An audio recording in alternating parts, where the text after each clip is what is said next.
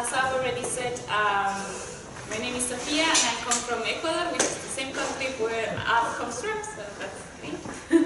And I'm working right now on doing the version 4 of a protocol that's called OTRv, which stands for OTRv4 messaging, that was first developed by Ian Bober, Nikita Borisova, and Luer some years ago. And of course, I decided to name this talk Case Around Secure Messaging of the OTRv4 messaging version 4.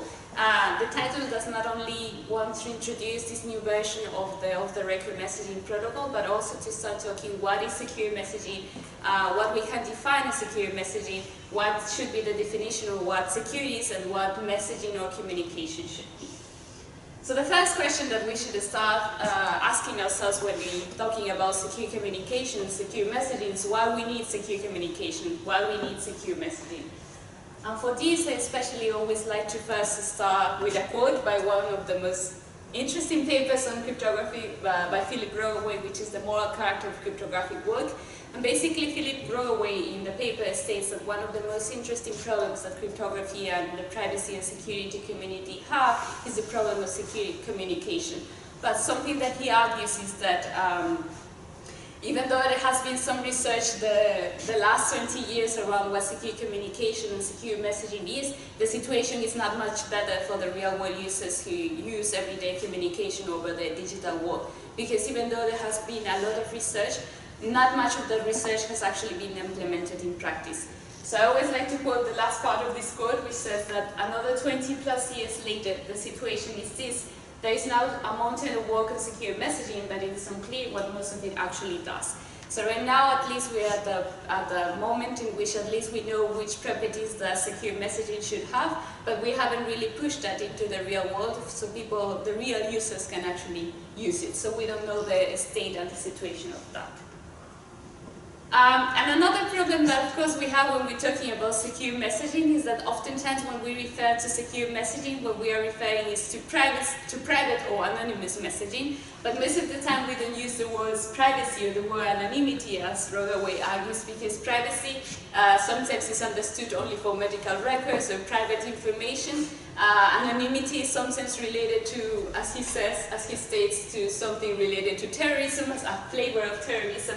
So we oftentimes use security for secure messaging, and we say secure messaging because of these reasons.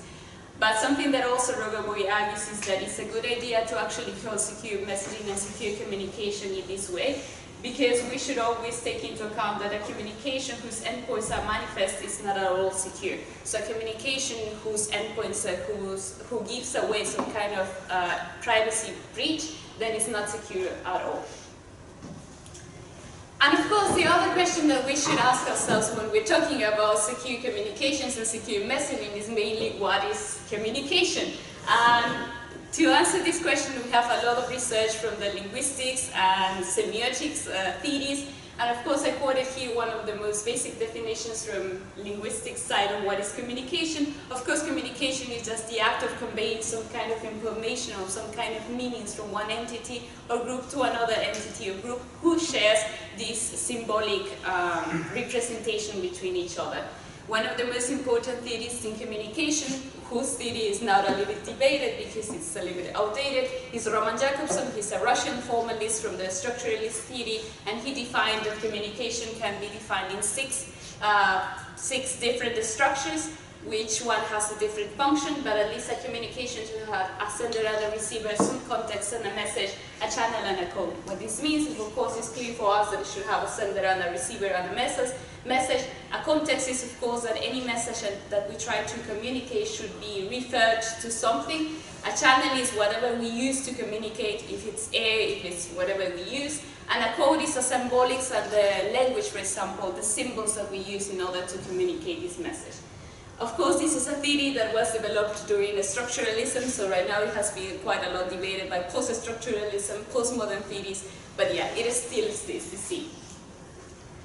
Okay, and why I wanted to start with this is because there's often a difference between what are real-world communication, what kind of communications we have in the digital world. Because most of the times people use the digital world, they use the internet also to communicate. One of the reasons why we have this thing called the internet is basically because people want to communicate with each other. They either want to send chat messages, they want to send emails, they want to share papers, they want to read blog posts, and all of that are forms of communication. And people oftentimes use the digital world as if it was the same as real world conversations, when most of the times we don't give the same properties for the people who are using the digital world for communication than what they have in the casual world. Why so? For example, in casual real world conversations, we always know who participates in it, what is said, who's listening to it, and how long it lasts. So for example, if I'm having a conversation with Ab, I always know that the one who's participating is me and Ab. I know what is said because I know what I've said and why I said. I also know who is listening to it because I will always notice if someone is trying to listen to the conversation I'm having with him. I will always know that he's the one that is listening to me. And I also know how long it lasts because unless I've tried to record the conversation by video or by audio, the casual conversation that I have with him is ephemeral, meaning that it will only, when it's end and they'll say goodbye, okay, I'm running out for another appointment or whatever, I know that it ends at that point. So we can say that casual real-world conversation has certain properties. The first one is that you can actually deny having participated in it or having said any message on it. So for example, if I'm having a conversation with Ab and I said to Ab, hey, you know, I really hate my boss and I want to leave my job. And he then goes and said to my boss, you know, Sofía said exactly this, so you should, you know, dismiss her or something. I can always deny to him and say, like, you know, I didn't say that, or I didn't participate in that conversation that I've been saying that I participated. Unless I've actually recorded me by video or by audio, he cannot actually prove that I actually said so. And in many countries, not in all countries, but in many other countries, you have to actually notify the person you're having a conversation with that you record that conversation. So on casual real-world conversations, you can always deny having participated or having said anything into it. You can always choose who listens to it. So for example, if I'm having a conversation with someone and then I notice someone else trying to listen into the conversation, I can always move to a more private sphere so no one listens into that conversation. I can always choose how long it lasts because unless I said to the person I'm participating here, I want to record this and this recording will last for this amount of time, that conversation will only last until it ends, until someone says, okay, goodbye, this has ended. And of course I know the identity of whom I'm having a conversation with because unless someone is really impersonating someone in the real world, which is much more difficult than in the digital world, I don't know, wearing a mask and trying to convince that you're communicating with someone else, you actually know with whom you are communicating. And the difference and what I wanted to highlight here, the properties that you have in casual real-world conversations is that we don't have that on the casual conversations that we have in the digital world. Because you actually, on conversations on the digital world, you cannot deny having participated or having said something in it, because even some court of laws accept like logs of chat messages and prove that you actually said something in a conversation. You cannot choose who is listening to it because we all know that the records that you have in a conversation might last on the server of some company for a really long time and they might be reading your conversations, so you don't know. You cannot choose how long it lasts because, of course, if you're using any chat client that some company provides for you, they will have a record of this conversation for some, yes, no? Okay, for some time. So you cannot choose how long it will last. They will choose it for you. You don't know the identity of whom you are communicating with because even though you know on a chat client you will have like a profile of this person, you are not certain with 100% certainty that you're actually talking with whom you think you're talking to. Okay, so that was just basically a little bit of context of why OTR was created. So as I already said, OTR is a cryptographic protocol. It stands for Off the Record Messaging Protocol. It was created by Nikita Gogorisov, Ian Goldberg, and Eric Brewer in a paper in 2014. And the thing that they try to convey is that we should give the same properties that casual real-world conversation have. We should aim to give that to the users, the same properties that they have. Because why? Because conversations in the digital world don't have the same properties as real-world conversations, even though users of casual conversations in the digital world often use them as if they were the same kind of conversation in the real world. And one of the main points that they try to argue is to argue a little bit against PGP. PGP stands for Pretty Good Privacy, as I think we all know. And one of the problems with PGP is that PGP encrypts the conversations you're having oftentimes over email, and it also signs messages, so a proof of your authenticity is stated when you sign your messages. But one of the problems with PGP is that if someone gets hold of your long-term secret private key, secret/private key, then they can decrypt past and future messages, because if the long-term private key gets compromised, then all the communication encrypted with PGP will get compromised. So the problems with PGP is that there is a record and there is a proof of authorship as well. The first problem that there is a record is what I said, that if you compromise the private long-term key, then you compromise other messages that will be sent in the future or in the past, meaning that even though it's encrypted, there will always be a way to access these records.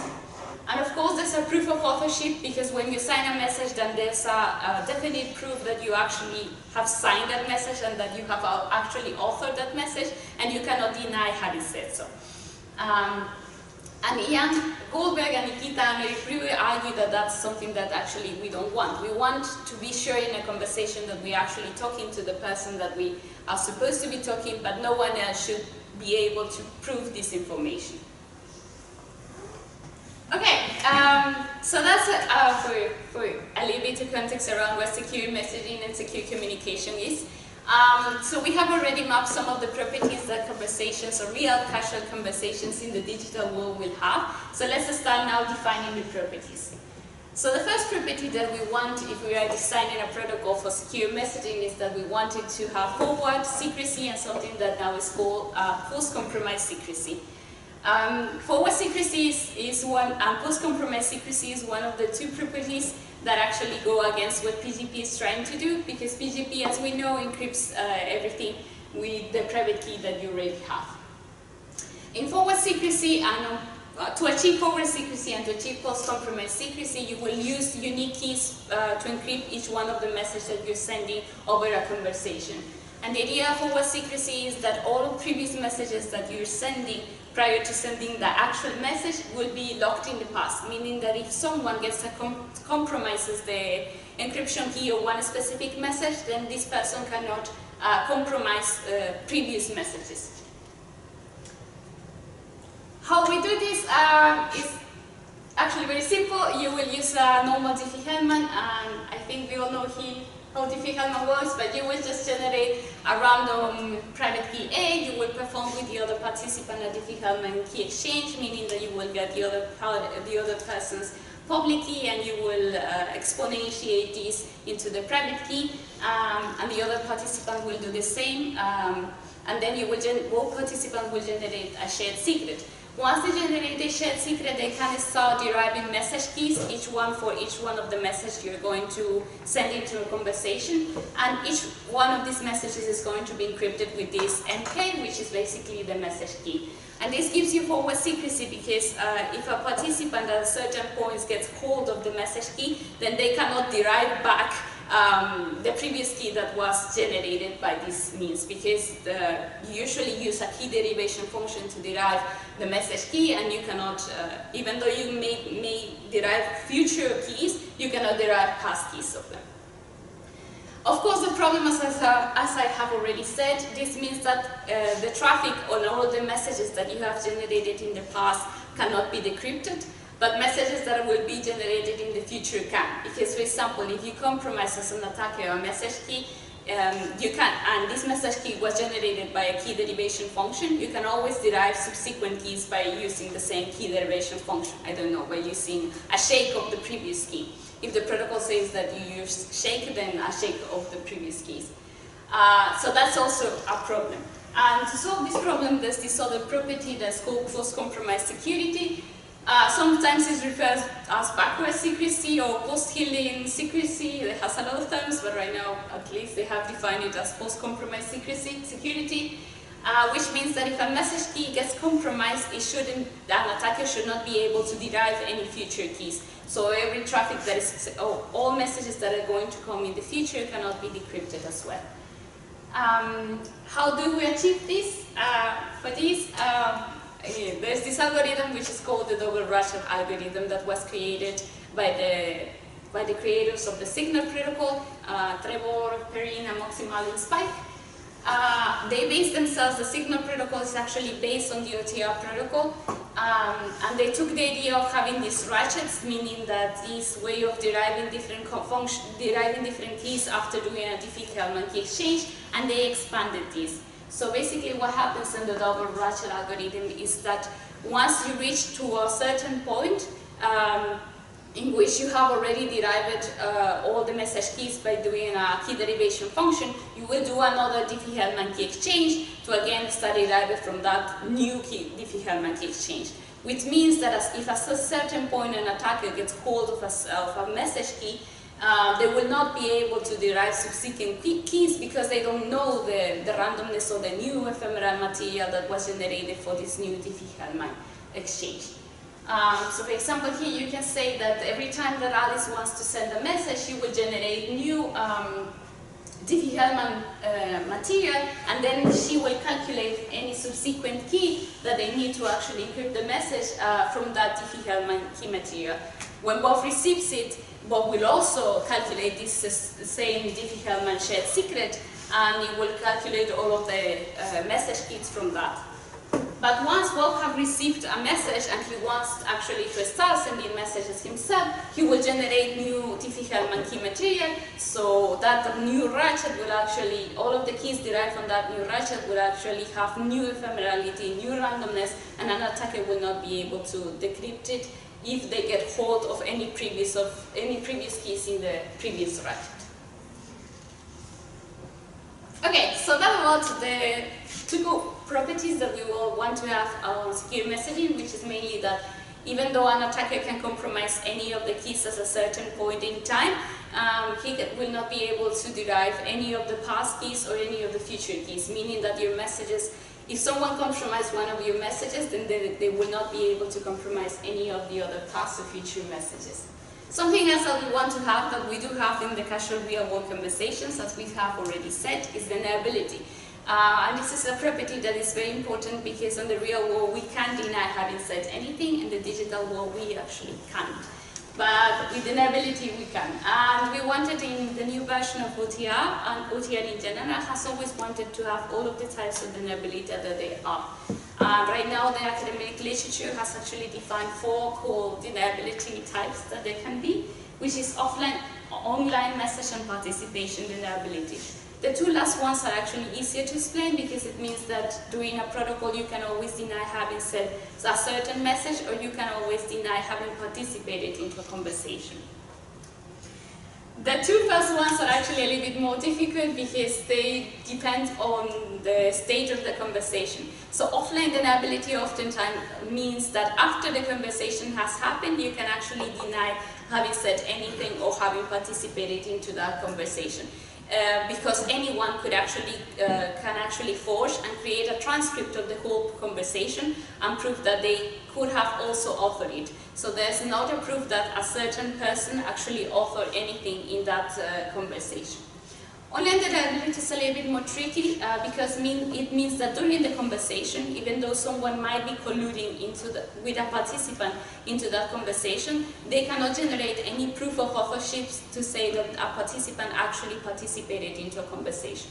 This is very important in the real world because sometimes for many people who are crossing borders from certain countries, they are asked, for example, to surrender the devices, to surrender the mobile phones, and they sometimes do so not to only produce evidence of that this person is involved in some criminal activities or something like that, or is an activist or something like that, but they also oftentimes use it to impersonate and to try to make someone else that this person knows to say something that they don't want. So for example, they can ask you on a border, they can ask you, oh, surrender your phone, and then they will start a chat client with a friend of you who they know is an activist, and they will try to make them say something that they otherwise will not have said it, trying to impersonate you. And with online deniability, what we try to provide is that even during that time that an agent of border is trying to collude with your application so the other person says something, they can always at that time provide a proof that they didn't author anything that was said during that time. Okay, On OTR, in the versions, in the previous version, that the one that I'm presenting, the way that you achieve deniability is by the usage of message authentication codes. And every time that you send a message with a message authentication code, you will also reveal the MAC key of that message authentication code, which means that after someone could take that MAC key and also take the message and generate a MAC by themselves, therefore anyone could have actually created that message. Right now in the current version that we are doing, we're using another primitive which is called DATES, that stands for Deniable Authenticated Key Exchange. And authenticated key exchange is basically a primitive in which two parties try to authenticate each other by sharing with each other the long-term key material and also to generate a shared secret. And basically what we tried to do in OTR before is that to make it the same but to also make it deniable. So when people send the long-term key material to the other participant, they also do it in a deniable way. And the way that we achieve this is that the usage of ring signatures, which are basically almost the same as digital signatures, except that messages are signed by a set of potential signers called a ring, and anyone with knowledge of a private key corresponding to any public key in this ring can produce a ring signature, and it's not possible to determine which key was used. Okay, so basically that's the properties that we want to attain in OTR, and in general almost all protocols of the secure messaging sphere are trying to attain. Another problem that we have is the problem of verification. So even though if you have the long-term key material of some participant, you will always have to verify that really this long-term key material actually belongs to the person you're trying to talk to. And for that you will have several ways. You can do that by fingerprint verification. If someone has Signal, I'm sure that sometimes they did this verification by the QR codes that Signal shows to you. If you ever had OTR installed in some short client, you will know that you can also do a fingerprint verification, which is basically a hash of the long-term public key, the long-term key, and you will have to verify it with the other party. Now there's some problems on this, and the secure messaging communication sphere academia has tried to solve it, because this is very difficult to do for users. It's very painful to actually verify fingerprints one by one. So they have tried to do other things. There's some protocols that, for example, do like trust on the first use, that you don't have to verify anything, but just it comes verified for you. The Signal protocol, for example, has these QR codes, which is like short authentication strings that they show. On OTR, we have another primitive, which is called the Socialist Millionaire Protocol, in which basically the users don't have to manually check fingerprints, but rather they share a secret and they say, okay, I want to verify you by knowing what shared secret we know. So for example, you ask to the other person, when was the first time we meet? And of course the other person will also know what was the last time you meet. So they will compare this shared secret by doing some zero knowledge proofs, and then you will know if you're actually talking to the right person.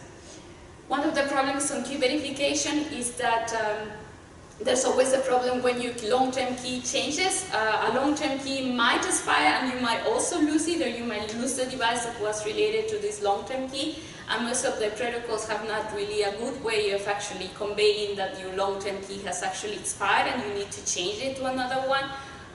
So yeah, that's still an open problem. Okay, just to talk a little bit about the version 4 of OTR, and just to give a little bit of an overview of what it does and what primitives it's used. Why we decided to do a version 4, this is a question that we often get asked, because a lot of people said, well, there's already the Signal protocol, there's already the Mimo protocol, there's already the Riot Matrix protocol, there's already OTR version 3, well, we need a version 4. And our answer is always that right now it's the time where academic literature has really defined the notions of what secure messaging properties should be like and how they should be defined. So we wanted to incorporate all of these security properties into a protocol. We wanted to have good deniability, participation, message, online and offline deniability. We wanted to have forward secrecy and post-compromise security, as we already saw. We also wanted to have a higher security level, and by this is quite related to the last point, because we also wanted to incorporate elliptic curves, and by incorporating elliptic curves we raised the security level of the protocol.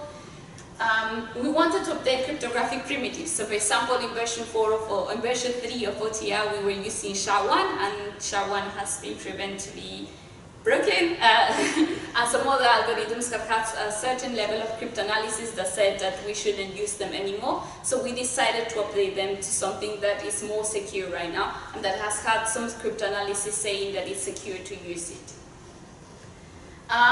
We wanted to use elliptic curves, and this is related to the previous point. Why we wanted to use elliptic curves, as I said, because we wanted a higher security level, and also because elliptic curves are much faster than doing a normal Diffie-Hellman by attaining the same security level.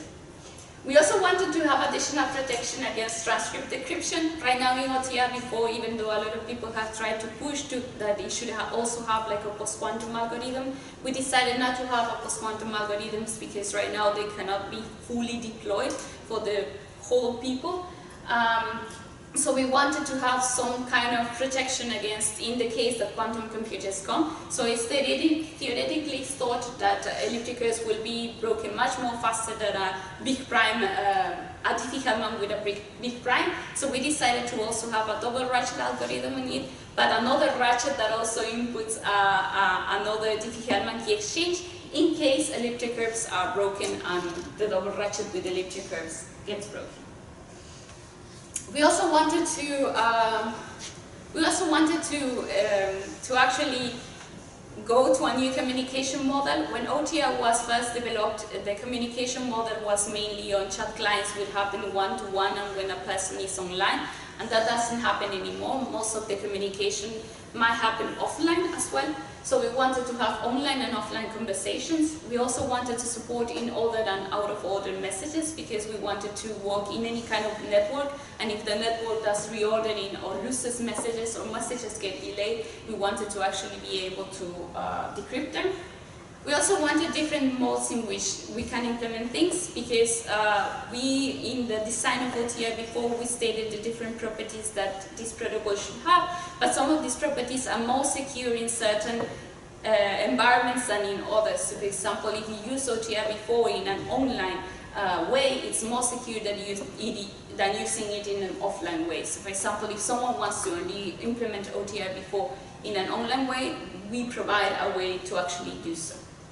And we don't want to trust service, so for the offline version of OTR, of course, you will have to cache pre-key material into a pre-key server during a certain amount of time to start a conversation, but we don't want to rely on the server for us to give us these ephemeral keys. So we just wanted to have a place where we can store it, but we don't have to trust it. Okay, a little bit the design of the things that we use in OTR. So I will maybe try to explain how OTR was. OTR was by first doing a DAKE, which I already said is a deniable authenticated key exchange. It's a way in which one participant sends to the other participant this long-term key material, and also a ring signature that actually is the one that gives you the deniability. For this, we used two primitives that were created by Nick Unger, which is the XZ and XCDH. The first one for online conversations, second one for offline conversations. After that, and once we have generated a shared secret, we start what is called the double ratchet algorithm, which is this process by which we generate a certain time a Diffie-Hellman key exchange, and we start generating message keys for each message to be encrypted. For this, we don't use a classical Diffie-Hellman, but we use ED448 Goldilocks. We don't use any other kind of elliptic curve, and we decided to go for ED448 Goldilocks by Mike Hamburg because it gives us the security level that we wanted. The security level of ED448 Goldilocks is 224. Okay, so after this double ratchet algorithm happens and you start a conversation and you start sending messages and encrypting them by a unique key, you can actually end a conversation by something that in OTR we define as a TLV, which is basically sending to the other party that you want to end the conversation, and then you disconnect. Outside of the whole protocol, you can also do a verification mechanism that is verifying the fingerprints of the other participant, or doing the socialist millionaire protocol.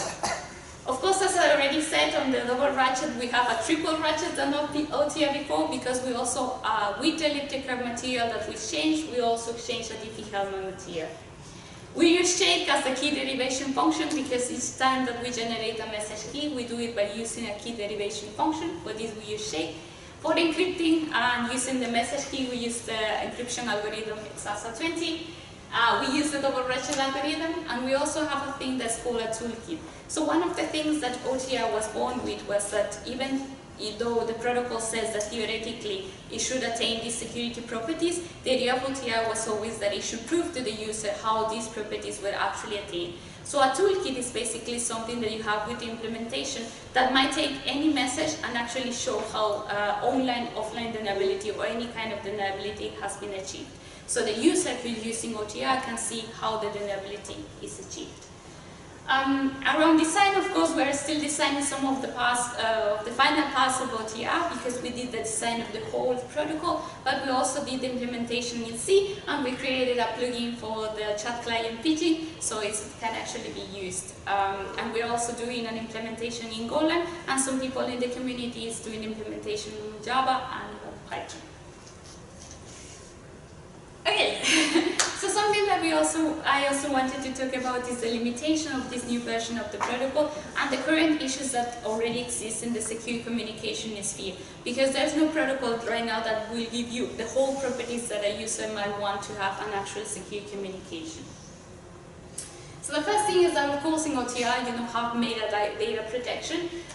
Anything that is outside of the encrypted data might be seen by someone, and this is still an issue that a lot of people are trying to research. There has been some ideas on how to protect. There's this protocol that's called Ricochet, who actually tried to protect that, and I know that there's another protocol, GPA5 by Nikita Borisov with XMPP, who also tries to protect against that.